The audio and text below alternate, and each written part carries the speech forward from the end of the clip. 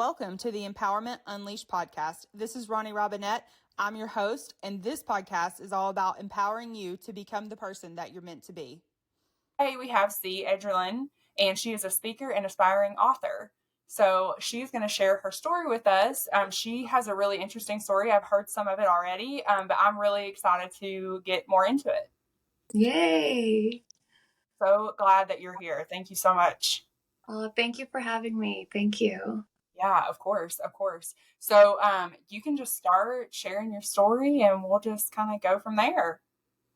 Okay. Well, for me, I am an immigrant. My parents came from Laos originally, and they came through the Vietnam War, and they didn't go to school, or they don't even know English or anything like that. And I have had to build myself up to become the person that I am today. And it has not been easy. It's not an easy journey for sure. Yeah. Where did you grow up? I'm born and raised in Sacramento, California, but then I moved to Las Vegas about 10 years ago. Okay. Yeah. And then I think you told me before that you had brothers and sisters. Yeah, so I do have 5 brothers and 1 sister, so it's a pretty big family, but usually Hmong families are big. Yeah. Yeah. Did you have other family members that came over too when your parents came over, or did they just come by themselves and get Yes, started? so my mom's side of the family was the side of the family that did come, and then years later my dad's side of the family eventually came here Okay. too as well. Yeah.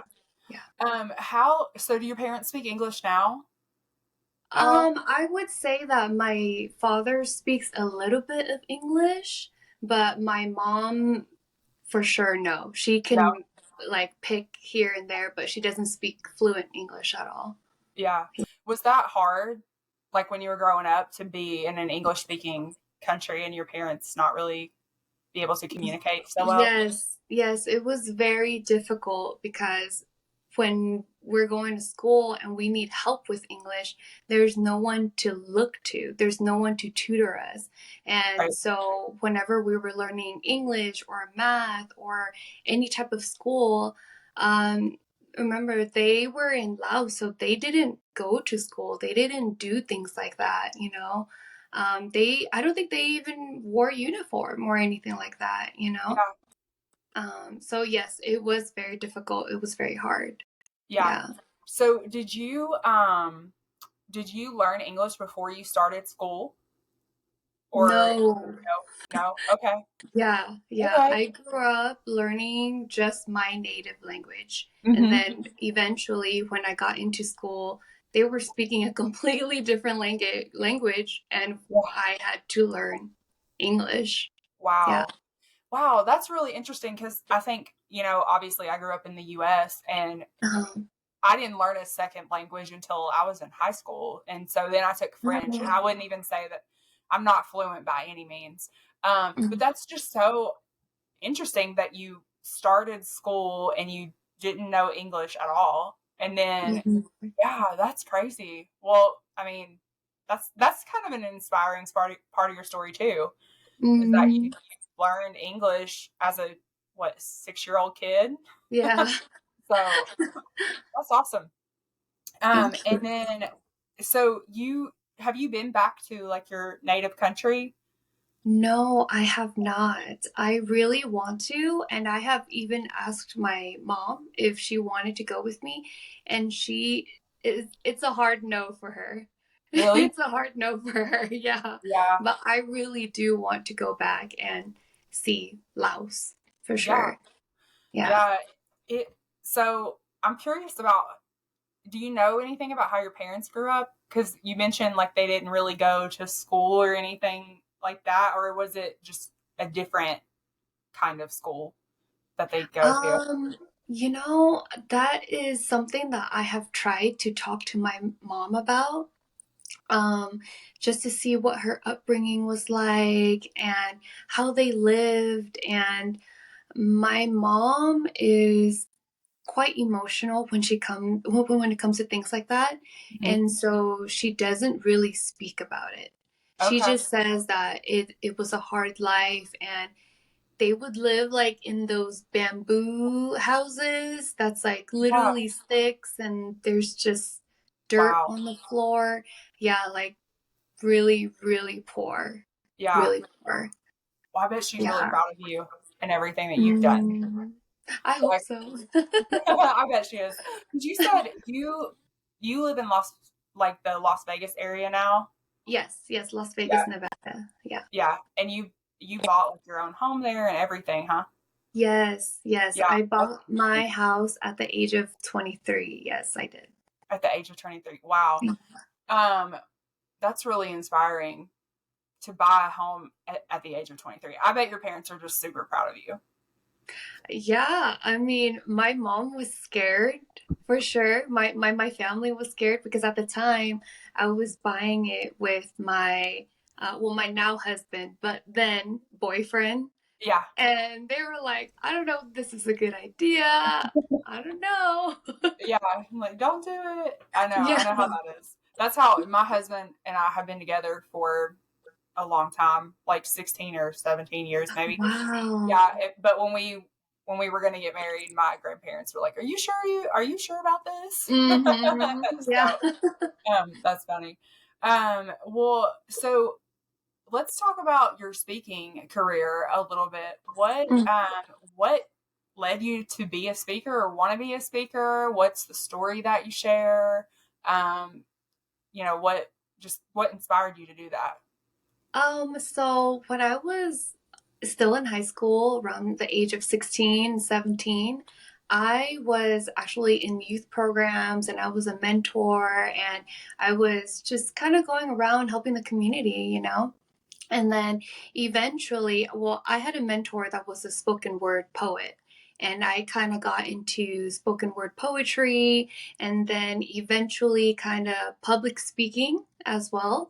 Mhm. Um, and then eventually I graduated and I just kind of got out of that. Life got in the way, had to get a job, and reality kind of hit. Yeah. Um, and then I did leave my job last year of November. I think today actually marks the 1 year Oh of wow. Well, me congratulations. quitting. Yeah, thank you. Thank you. And I have just been, and this past year, I have just been trying to find myself and what I really like to do. What do I really love to do passionately? And it's helping people by just talking. And the number one thing that um, people have asked other people or even me, what is it that people come to you for? Mhm. What is it that you naturally have a gift at? That's something that you should do with your life. And I had to ask myself that question. What is it that people come to me for? And it's talking, it's listening, it's active listening, and it's just giving life advice. And because of that, I just got back to what I was doing, which was speaking and just helping people by my words and my experience too, but just Yeah. by being there and listening and talking. So that's why I've gotten back into it. Yeah. Yeah. You do you do any coaching too, or are you just doing kind of the speaking thing right now? The coaching is something I definitely want to get into. Yes, Mhm. yes. Yeah. It's Yeah. definitely a goal. Yep. Yes. Yeah. It sounds like you would be good at it for sure. So, Thank you. you're welcome. You're welcome. So I kind of been interesting. I want to hear about like your journey over the last year, like trying to Um, sell. Or do you want to talk about that? I mean, my journey, oh man, it's only been a year, and you would think that a lot doesn't like, oh, it's only a year, but oh my gosh, so much has happened within the last year. I have gotten married. I have been learning how to heal myself and learning my triggers and not moving so fast in life and really enjoying the moment, even though right now I'm still learning how to do that. Yeah. And I have lost friends along the way in this path of me trying to find myself and create myself again. This past year has been very hard and very lonely, but I feel like in the 29 years that I have been alive, I have gone through harder things. Mm-hmm. And so this is only another step of becoming a better version of myself. Yeah. You know? Yeah. And I think that's normal when you are going through a transitional period in your life, right? It sounds like you've gone through this massive growth over the last year with getting married and starting to heal yourself and stuff like that. And so I think it's normal for it to be a really lonely process because your old friends and the old people that you used to be acquainted with, they don't really fit into your new life. And I think a lot of times you're not at the level that the people who are going to be your new friends are at yet. And so you're kind of stuck in like this middle kind of limbo until you get to this new higher, I like to call it like a higher vibration, because I feel like when you level up, you are going to be happier and you're going to have more abundance in your life and you're going to have more fun. And so you're automatically vibrating at a higher level. And so once you get there, that's when I feel like that's when all these things start coming in for you, whether that's opportunity or new friends or, whatever. So it's I think it's a tough part of life to go through, but I think it's exciting too. So if you can just get through the lonely part of it, because I've been through that too. And it's a challenge for sure. So yes, I agree. What is your husband like? Does he support your speaking and everything like that, or do you drive him crazy doing your speech over and over and over? I do that to my husband, and he's like, "Shut up." Yeah, he is all for it. Whatever it is that I have ever wanted to do or delve into, he is all for it. He just cares if I'm happy or not. If it's not something that is making me happy, he just tells me to stop. He's like, "Hey, this ain't it. It's bad. It's costing you your peace. Don't do it." Yeah. But yeah. Do you listen to him? Are you good at listening when he tells you stuff like that? I could be a little stubborn. Because sometimes I'll make decisions that are more logical. Yeah. Like sometimes I'll know that, oh, this is what I really want to do, but does it make sense like financially, or is it going to make sense 10 years from now? Like I think so far ahead sometimes that it can screw me in what I really want to do. I don't know if that makes sense. No, it makes complete sense. I think that's how a lot of people work. But I believe, when you do step into living like authentically and doing whatever truly makes you happy, then I think abundance is going to follow that, So I know it can be scary because like I've pivoted in my career multiple times, and a lot of times it didn't make sense in the moment, but then it did make sense eventually. So but my husband is similar to your husband, and he has gut feelings and stuff like that, and anytime I don't listen to him because I'm not good at it, I always end up getting distracted. And so he's like, "Have you learned your lesson yet? Where you just listen to me?" And so I'm trying to be better at that. Yeah, so, yeah. So is there something that you can pinpoint that kind of helped propel your growth, like as far as, because you've been through a lot, right? You were in the San Francisco area and you moved and then you've started your whole new life and then now you're having a growth trajectory again. So is there like a common theme that just something clicks and you're just like time to move on and grow again? Or, is there something that you can share that you kind of triggered those growth moments? I would say that when I feel like I'm betraying myself, that is when I have to make a shift. Mm-hmm. When I feel like something is not sitting well with me anymore, so that I can do this for the next 3 years or 5 years, that's when I will make a shift. The last time that I had a really big shift like this was about 10 years ago when I moved to Las Vegas. I was back in Sacramento with my family, and I just knew that if I stayed there, my life wasn't going to go anywhere. It was going to stay exactly the same. And for some people, that works for them. If that's how they want to live, and they're like, yep, I can do this for the next 50 years, then good for them. That was just not the position that I was in.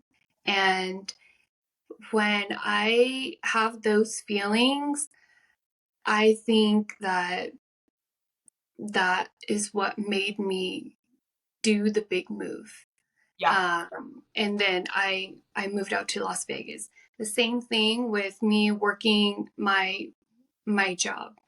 I was there for about 7.5 years, and I could see my future. It was right there. The oldest person that I was working with was maybe in their 70s. And I asked them, like, oh, how long have you been working here? And they're like, oh, I've been here for about 40 years. And that was my future. That was my future. And I was like, am I okay with that? Do I want that to be my life? No, And so because of that, I had to make a shift. I had to make a change because it wasn't aligning with me and who I am anymore. Because we as people, we change. We change every day. Yep. You know? Yep. That's true. That's true. I think we change I don't want to say every second, maybe it is every second, but I feel like you change with every decision that you make throughout your day, because if you have a decision and you can go one way or the other, you change based on that decision. So, but I think that's really kind of like self-aware of you to be able to see that, see that you don't want to be stuck in whatever the situation is for the rest of your life or, however long. So, and I truly believe that self-awareness is a superpower. And so if you can use that to, as a catalyst to the next point in your growth, like, I think that's amazing. And I think a lot of people aren't self-aware. And it's hard because you have to be really honest with yourself to be truly self-aware.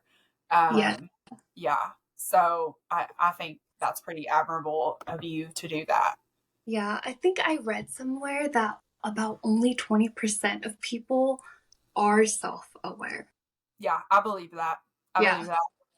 Yeah, I think it's amazing because like I've worked in leadership roles and I consider myself to be very self-aware. It's been something that I've had to learn. But it's also helped me along on like my healing journey and stuff too. Because when I feel like a certain way, like I can identify that and I can identify, I have to sit with myself and okay, why do I feel this way? And is what I'm feeling actually, or like, is that actually who I am? Or is that like a projection that somebody else or some other situation had put on me kind of in my subconscious mind? Yeah. So, yeah. And so I think, but I believe that statistic at 20%, because when you work in a leadership role, and I don't know if you worked in any leadership roles at your job, but and you're overseeing people, it's really amazing at how some people just aren't self-aware at all. And then I think, you have people who, if you point something out to them, they're like, oh, I didn't even realize that about myself. And then they want to learn more. But then you also have people who are just kind of like oblivious to it, and they just don't care. So it's interesting. People are so interesting. And that's why I love to like talk to people, and like to hear somebody else's perspective on things, you know? Right, right. Yeah.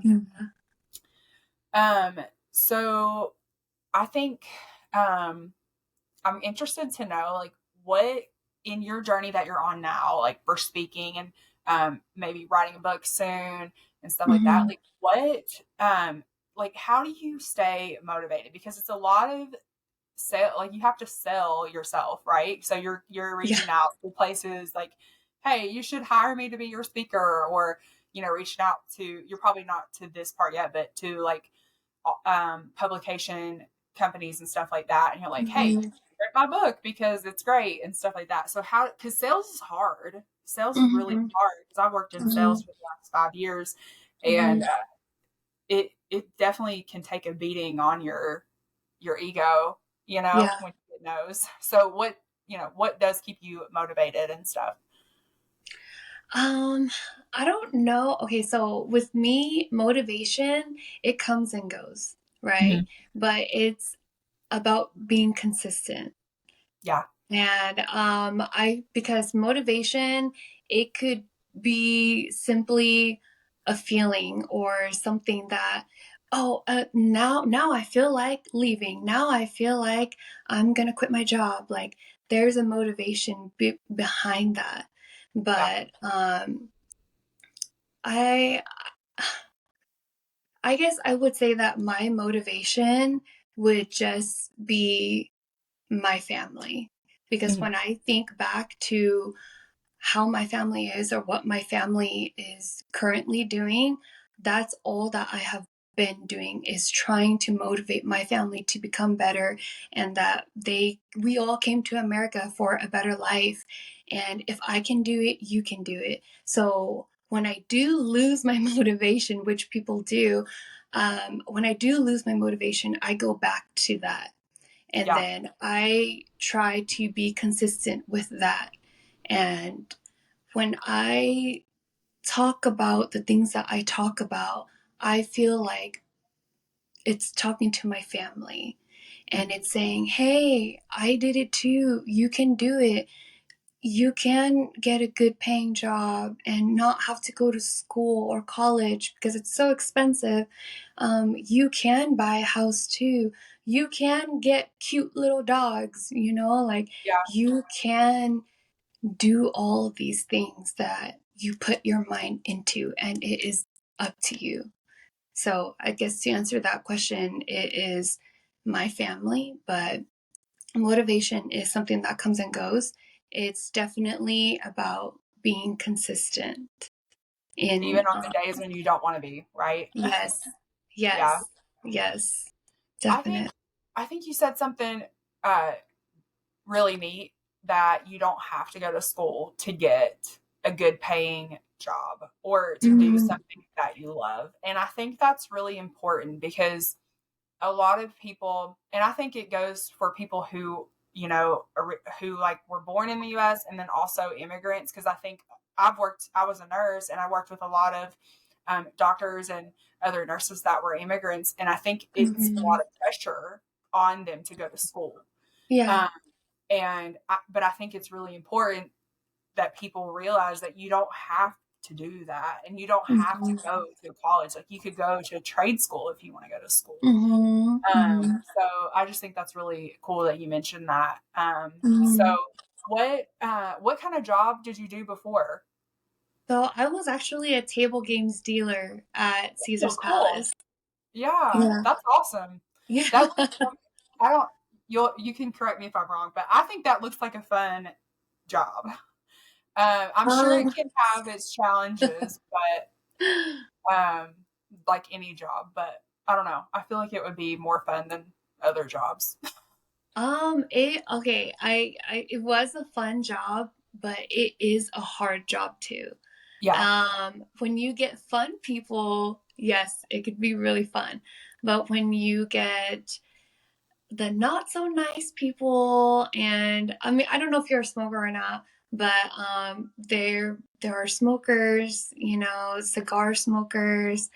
They say really foul things, and I have seen nice people be not nice too Yeah. at the end of my shift. And it's just the nature of the environment. But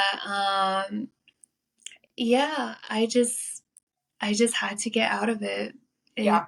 Yeah, Did yeah. you work? So you probably worked a lot of like late nights and stuff, or did you work Yes. today? Yeah, I think Yeah, that's I work hard. late I worked nights. night shift for years, and it was Mm-hmm. really it was hard on your body to work Mm-hmm.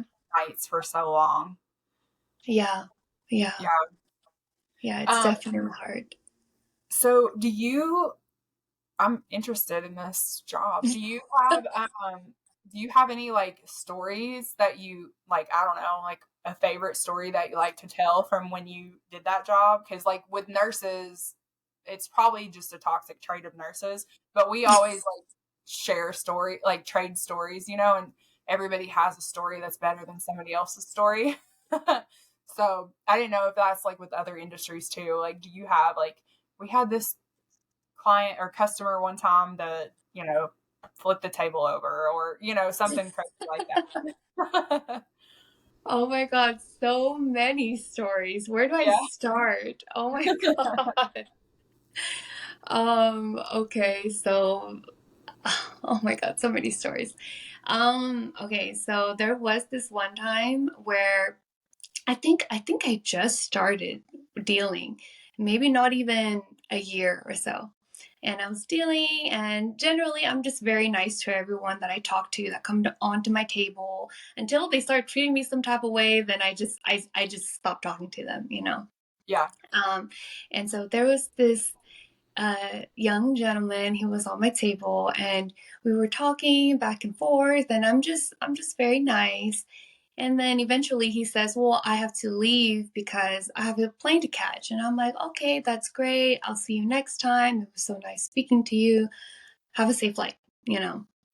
And then I believe an hour or two goes by, and he comes back, and I was so shocked. I was like, "Hey, I why are you still here? I thought you had a plane to catch. Like, what's going on?"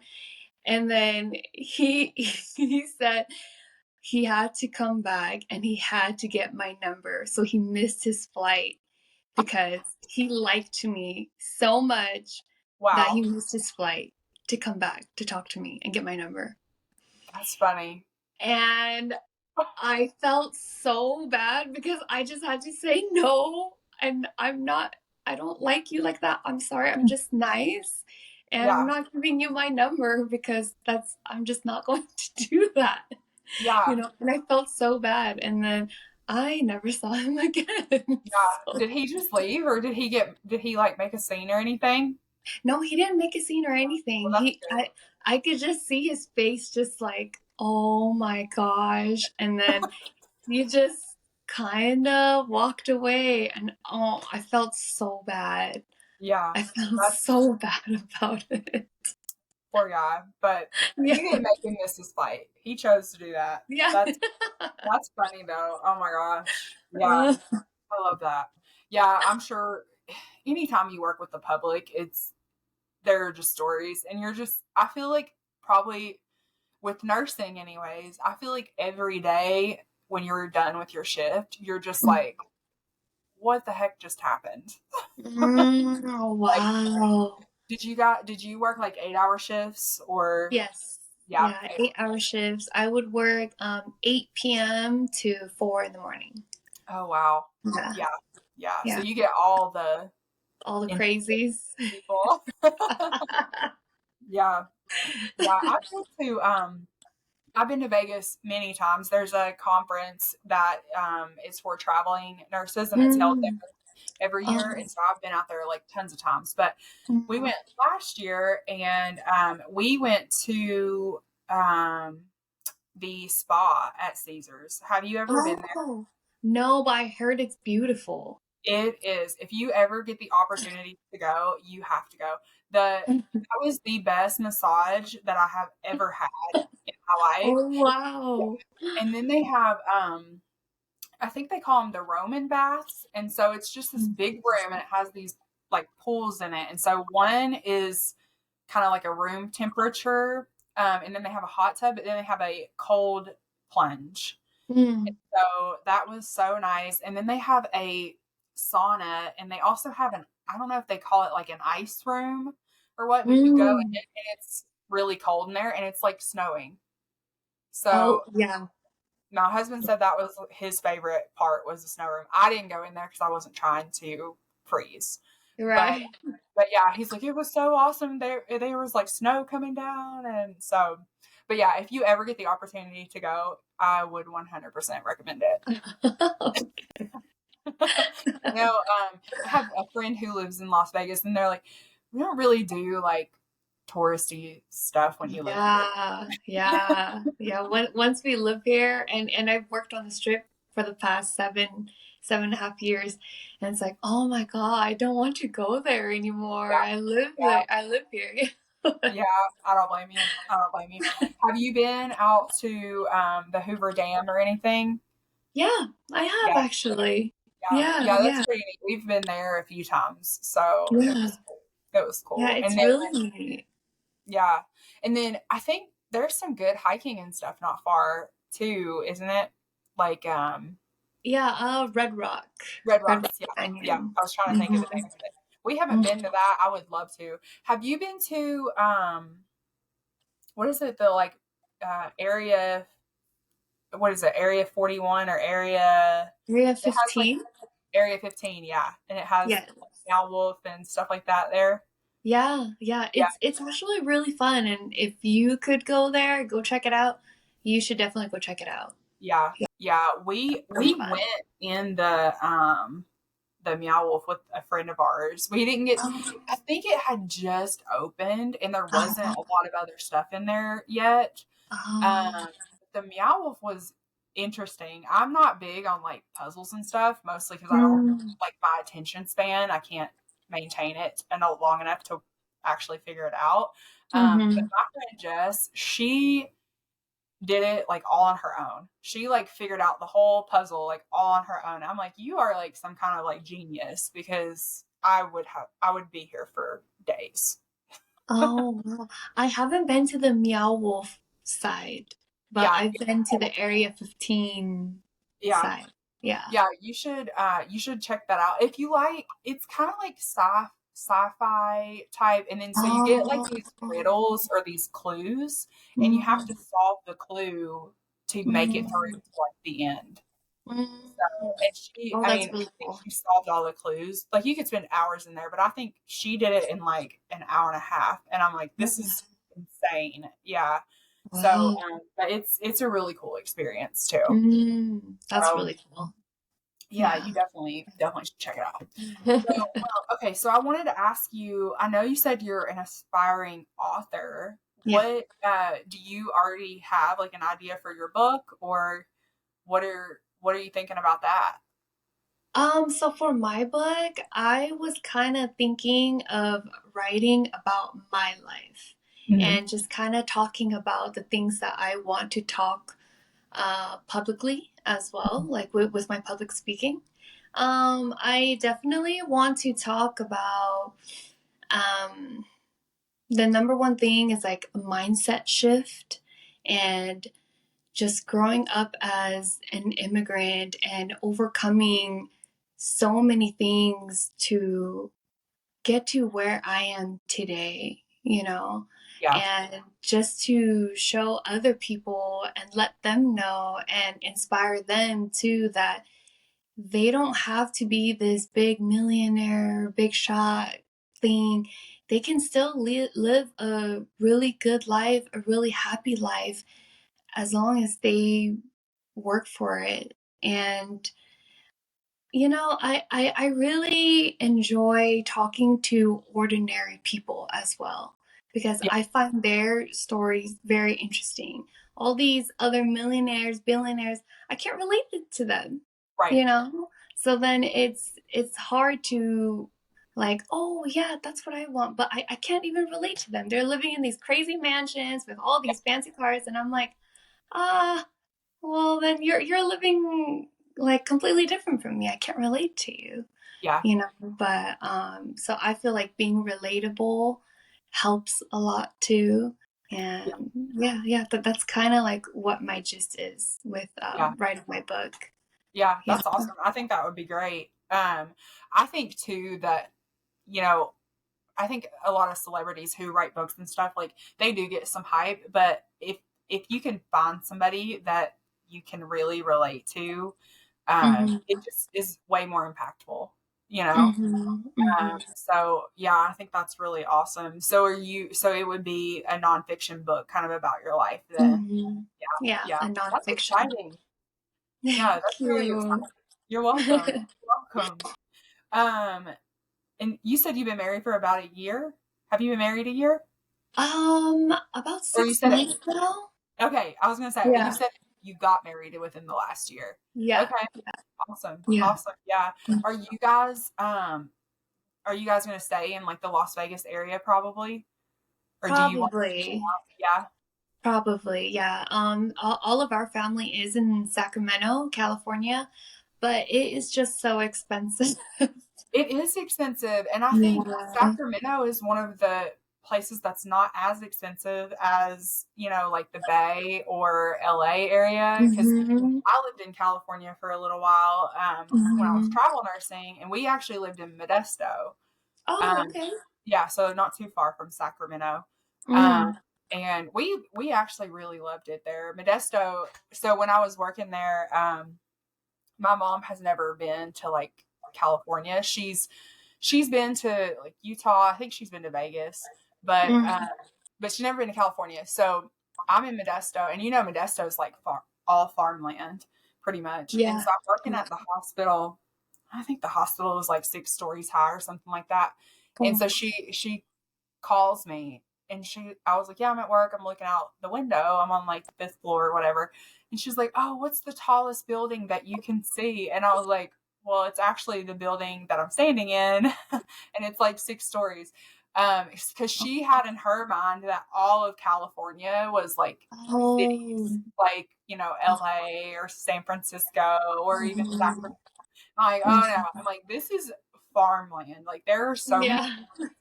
But I loved it because I love like fresh vegetables and fruit and stuff, and you can literally Mhm. get it almost all year round there. So Yeah, in we California. we really we enjoyed Modesto, and then we moved down Mhm. south to we were in Fresno for a little bit. Oh, okay, Fresno. Yeah, which was okay. Okay. I like Modesto better because you're closer to like, you know, you could drive up to Sacramento or you could go to the Bay Yeah. or Napa or like Yeah. Yosemite, you know, so but then we went further south to Rancho Cucamonga, which is right outside of LA. Oh, okay. Okay. Yeah, but I would say Modesto is probably my favorite out of all of Mhm. the places. So Oh, wow. yeah, Okay. yeah.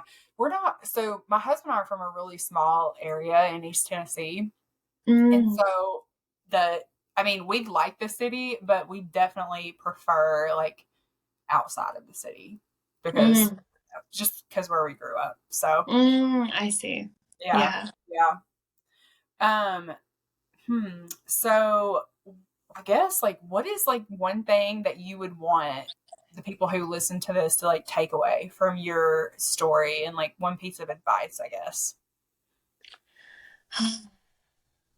So when I saw this question, I was really struggling with it because it's so hard. This question was so hard for me.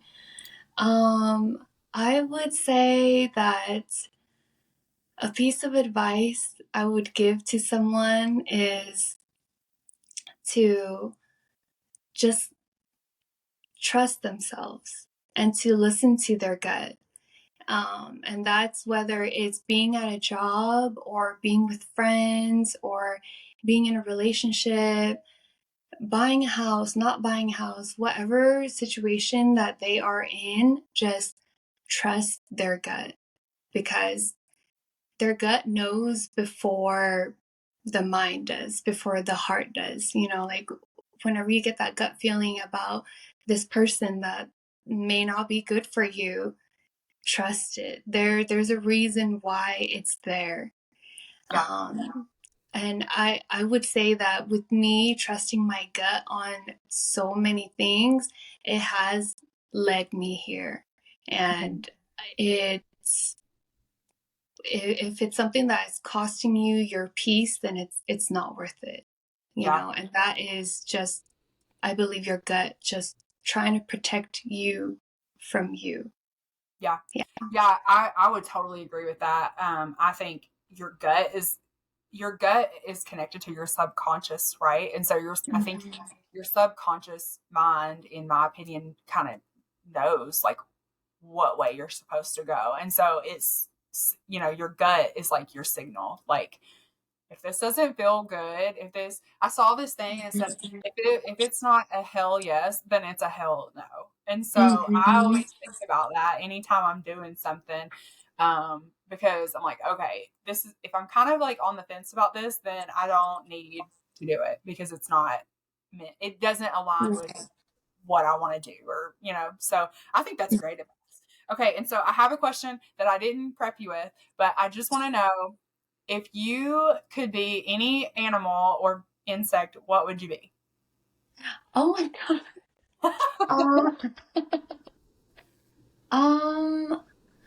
I think that I would be a bird, A bird? Why to would be you pick? honest.